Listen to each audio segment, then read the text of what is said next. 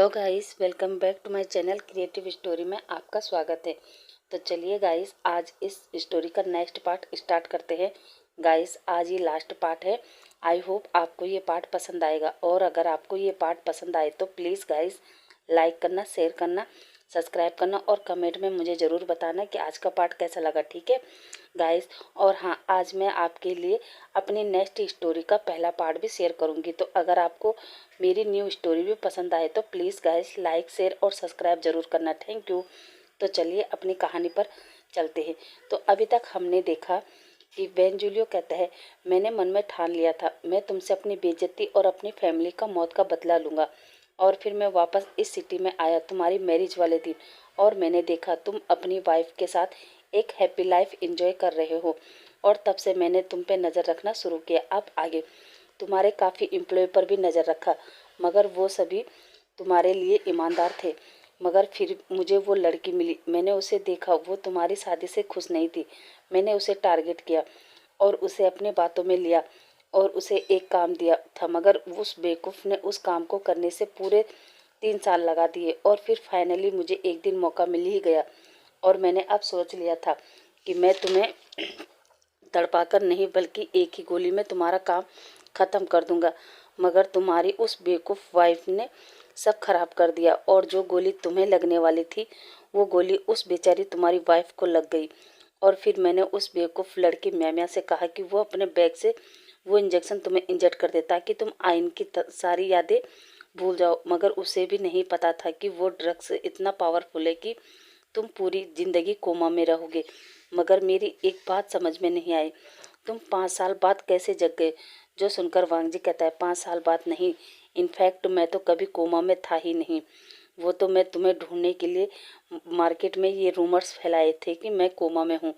जब म्याम्या ने मुझे वो इंजेक्शन इंजेक्ट किया था तभी मैं समझ गया था कि ज़रूर इसमें कुछ ऐसा वैसा होगा। इसलिए मैं तुरंत उस कमरे से बाहर आया, और मैंने उससे भी पावरफुल एक एंटीडोट ले लिया था जो हर प्रकार के ड्रग्स पर काम करता है।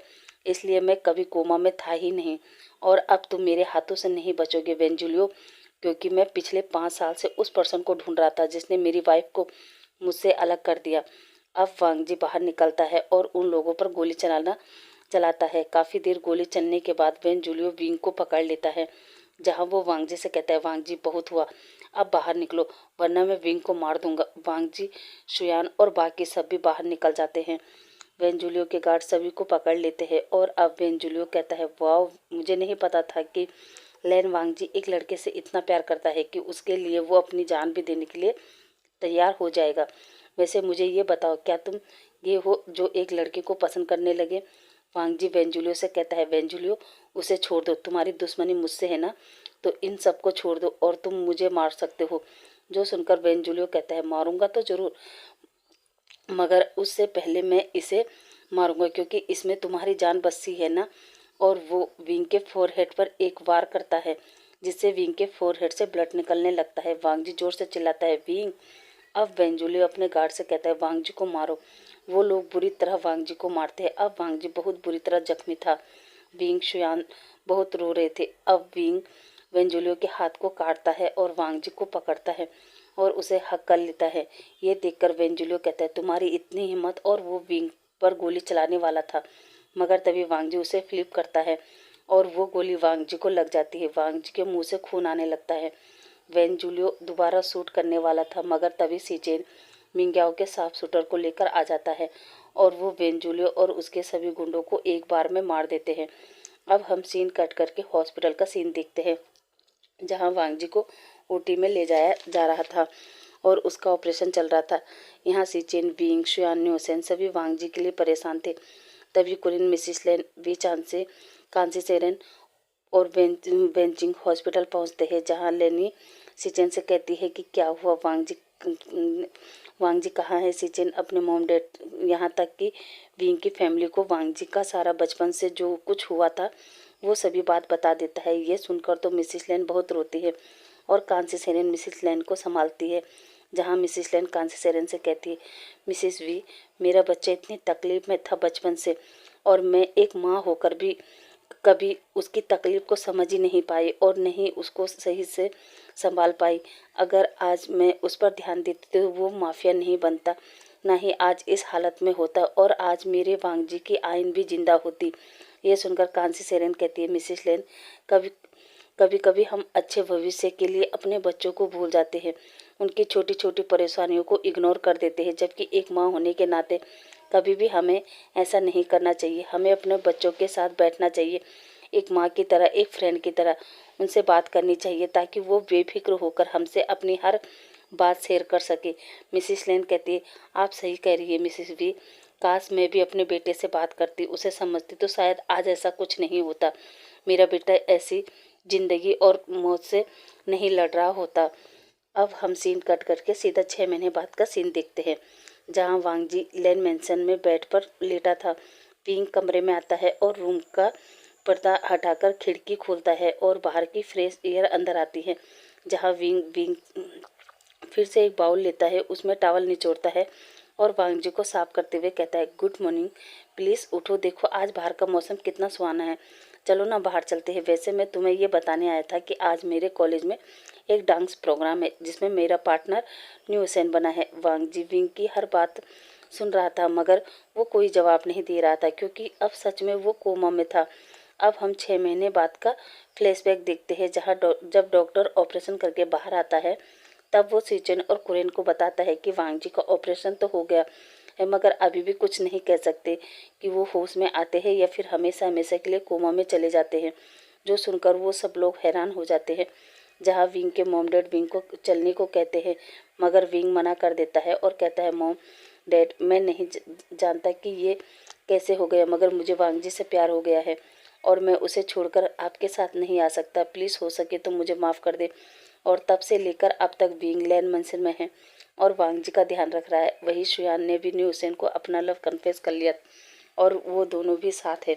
साथ ही सीचेन और वेंचिंग भी लिविंग रिलेशनशिप में हैं और वेंचिंग 3 मंथ प्रेग्नेंट भी है। और अब विंग और वेंचिंग साथ ही लैन मेंशन में रहते हैं। अब ऐसे ही और दिन बीत गए और अब वांगजी को कोमा में लेटे लेटे पूरे 1 साल हो गए हैं। वही आज पूरे 1 साल बाद विंग अपने मॉम डैड से मिलने अमेरिका जा रहा था। तभी ये बात वो वांगजी को बताने आता है कि वो अमेरिका जा रहा है। वांगजी जैसे ही ये सुनता है, उसके बॉडी में मूवमेंट होता है। वो मन में सोचता है कि कहीं विंग उसे छोड़कर तो नहीं जा रहा। अचानक वांगजी विंग का हाथ पकड़कर कहता है, क्या कहा, कहाँ जा रहे हो तुम?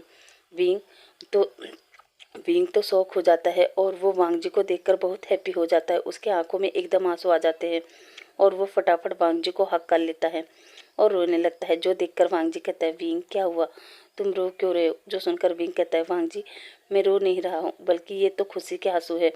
पूरे 1 साल से मैंने तुम्हारी आवाज़ नहीं सुनी ना, इसलिए। वांगजी कहता है, अच्छा, और वो विंग को टाइट हक कर लेता है।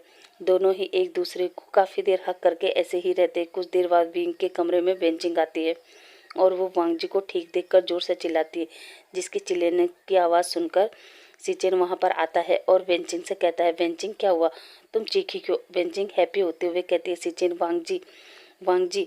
सीचेन वांगजी की तरफ देखता है और वांगजी को देखकर वो भी हैप्पी हो जाता है और दौड़कर वांगजी के पास आकर उसे हक कर लेता है और कहता है, वांगजी तुम ठीक हो गए? वांगजी कहता है, हाँ गगा मैं ठीक हूँ। तभी वेंचिंग विंग के पास आती है और उसे हक करके कहती है, विंग मैं तुम्हारे लिए बहुत हैप्पी हूँ। आखिरकार तुम्हारा प्यार जीत गया, तुम्हारा विश्वास जीत गया, तुमने वांगजी को जगा ही दिया। विंग मुस्कुराता है। अब वांगजी के कमरे में उसके मॉम डैड सब आते हैं। वो भी एक एक करके वांगजी का हालचाल पूछते हैं। मिसिस लेन तो वांगजी के फोरहेड पर किस करती है और उसे हक करके कहती है, बेटा तुमने तो मेरी जान ही निकाल दी थी। वांगजी कहता है, मॉम मैं बिल्कुल ठीक हूँ। तभी मिसिस लेन विंग का हाथ पकड़ती है और कहती है, हाँ बेटा तुम ठीक हो और वो सब विंग की वजह से हुआ है। इसने पिछले 1 साल में तुम्हारा बहुत अच्छे से ध्यान रखा है। इसने रात रात भर जग के तुम्हारी सेवा की है और आज इसी के प्यार का नतीजा है कि तुम आज सही सलामत हो, वरना डॉक्टर ने तो जवाब दे दिया था कि शायद तुम अब कभी नहीं उठ पाओगे। ये सुनकर तो सीचेन कहता है, मॉम आप बिना ये सब क्या बातें लेकर बैठ गई हैं? आज वांगजी ठीक हो गया है, आज के दिन तो हमें सेलिब्रेशन करना चाहिए। क्यों डैड? कुरेन कहता है, हाँ बेटा। तभी वेंचिंग कहती है, पर आज तो मुझे और विंग को अमेरिका के लिए निकलना था। तभी सीचेन कहता है, वेंचिंग अब जाना कैंसिल और हाँ तुम फिक्र मत करो, मैं तुम्हारे और विंग के मॉम डैड को यहीं बुलवा लेता हूँ। और फिर वो अपने सेक्रेटरी को कॉल करता है और अपना प्राइवेट जेट अमेरिका के लिए भेज देता है। बेंचिंग कहती है ओके, मैं भी अंकल आंटी को मॉम डैड को कॉल करके बता देती हूँ। सिचेन कहता है हाँ ये सही है। तभी विंग कहता है वेंचिंग न्यूसेन और उसके मॉम डैड को भी कॉल कर देना। वेंचिंग कहती है ऑफकोर्स विंग, मैं उसे कैसे भूल सकती हूँ। और सिचेन वेंचिंग वहाँ से बाहर निकल जाते हैं। इधर कुछ देर बाद मिसिस लैन वांगजी से कहती है बेटा हम भी जाते हैं, शाम की तैयारी करवाते हैं, तुम आराम करो। और वो दोनों भी वहाँ से निकल जाते हैं। अब विंग भी वांगजी से कहता है मैं भी नीचे जाता हूँ, तुम आराम करो। और वो जाने लगता है। तभी वांगजी विंग का हाथ पकड़ता है और उसे अपने पास खींच लेता है। विंग जाकर डायरेक्ट वांगजी के चेस्ट से हिट होता है। ये देखकर विंग शाय फील करता है और वो अपनी नज़रें झुका लेता है। जो देखकर वांगजी विंग से कहता है विंग क्या हुआ, तुम मुझे छोड़कर जा रहे थे। विंग कहता है नहीं बस कुछ दिन के लिए। वो क्या है ना, पूरे 1 साल हो गए मॉम डैड से मिले, इसलिए। वांगजी कहता है क्या, पर क्यों विंग। अब विंग अपनी नज़रों को उठाता है और वांगजी को बताता है क्योंकि तुम इस हालत में थे मैं नहीं जा पाया। वांगजी कहता है क्यों विंग। विंग कोई जवाब नहीं देता। वांगजी दोबारा पूछता है क्यों विंग, तुम मुझे छोड़कर क्यों नहीं गए। जहाँ विंग जवाब देता है क्योंकि मैं तुमसे प्यार करता हूँ। ये सुनकर वांगजी के फेस पर एक स्माइल आ जाती है और वो दोनों एक दूसरे को देखने लगते हैं। जहाँ धीरे धीरे वो दोनों एक दूसरे को लिप्स को कैप्चर कर लेते हैं और एक दूसरे को हॉट और पैशनेट किस करने लगते हैं। अब वांगजी को एहसास होता है कि विंग ब्रीथ नहीं ले पा रहा है, तो वो विंग को छोड़ देता है। जहाँ विंग हैवी ब्रीथ ले रहा था, वांगजी उसे टाइट हक कर लेता है। अब हम डायरेक्ट शाम का समय देखते हैं, जहाँ घर में पार्टी की पूरी तैयारी थी। इसमें केवल घर के ही लोग शामिल थे। जहाँ विंग और वांगजी दोनों कमरे में थे। तभी एक सर्वेंट आता है और वो विंग से कहते हैं मास्टर आपके मॉम डैड आ गए। विंग के सुनकर हैप्पी होता है और वो सर्वेंट से कहता है ओके मैं आता हूँ। इतना कहकर वो सर्वेंट के पीछे जाने लगता है। तभी वांगजी विंग को रोकता है और विंग का हाथ पकड़कर अपने कमरे से बाहर निकलता है। जैसे ही सीढ़ियों पर बेंचिंग विंग और वांगजी को देखती है तो सबसे कहती है लो विंग और वांगजी आ गए। सबकी नज़र उन पर जाती है। जहाँ विंग की मॉम देखती है कि विंग वांगजी के साथ कितना खुश लग रहा है। वो दोनों नीचे आते हैं, जहाँ विंग अपने मॉम डैड को हक करता है। वहीं वांगजी भी उन्हें ग्रीट करता है।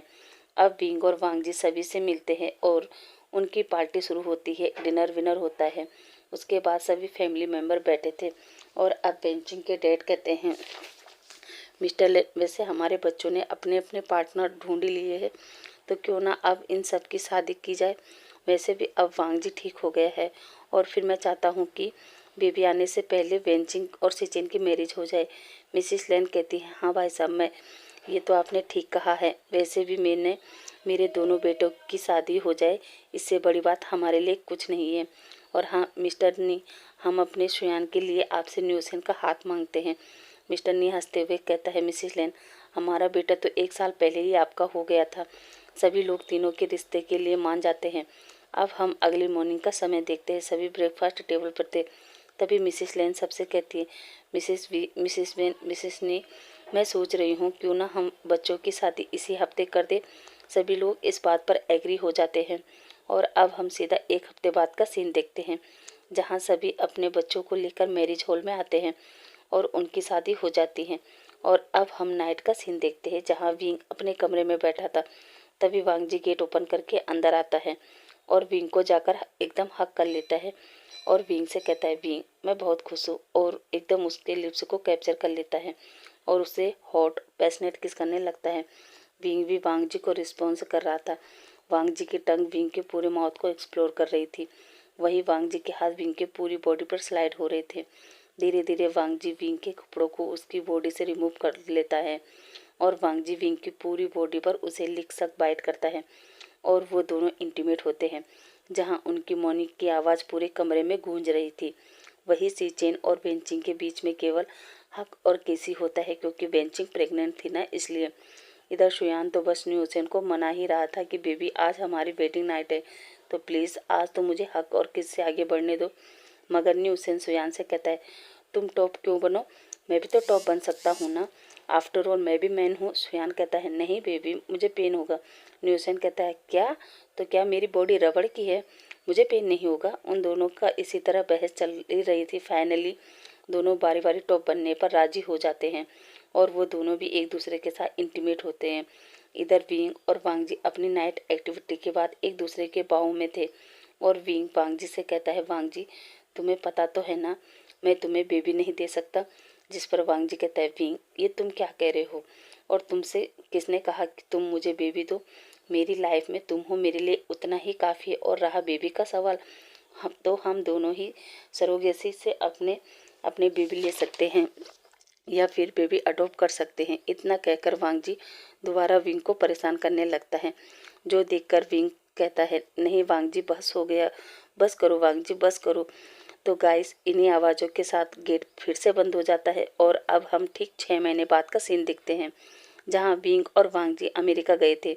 वहीं आज विंग को बेस्ट राइटर का अवार्ड दिया जाता है, जहां विंग स्टेज पर खड़ा होकर कहता है, मुझे नहीं पता था कि मेरी ये इनकम्प्लीट स्टोरी कभी कंप्लीट होगी और मेरी इस स्टोरी को कंप्लीट बनाने में सबसे बड़ा हाथ मेरे हस्बैंड लैन वांग जी का है।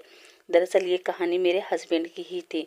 मुझे नहीं पता कि मैंने कैसे मेरे ही हस्बैंड की कहानी इस बुक में लिख दी, मगर मेरे साथ बाद में बहुत सारे इत्तेफाक हुए और वो इत्तेफाक हकीकत में बदल गए और इस तरह मेरी इनकम्प्लीट स्टोरी पूरी हुई। Thank you.